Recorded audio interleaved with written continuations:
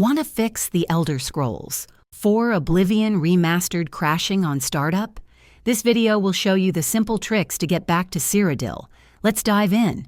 First things first, crashes on startup for Oblivion Remastered often stem from driver issues, missing dependencies, or conflicting software. Now, the most crucial step is to update your graphics drivers to the latest game-ready version from NVIDIA or AMD.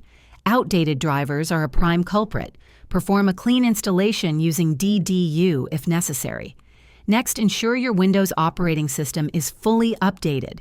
Go to Settings greater than Windows Update and install all pending updates. Also, make sure DirectX, Visual C++, redistributables, and .NET Framework are all up to date. You can find these installers on Microsoft's support website.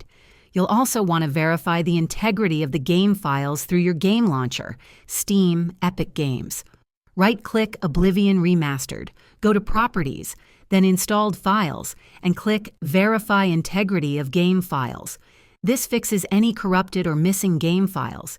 If you have any mods installed, try disabling them temporarily or removing them, as they can frequently cause startup crashes.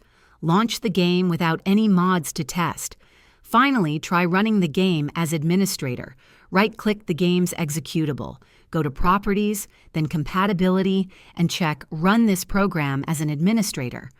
Also, try running in compatibility mode for an older Windows version and disable full-screen optimizations.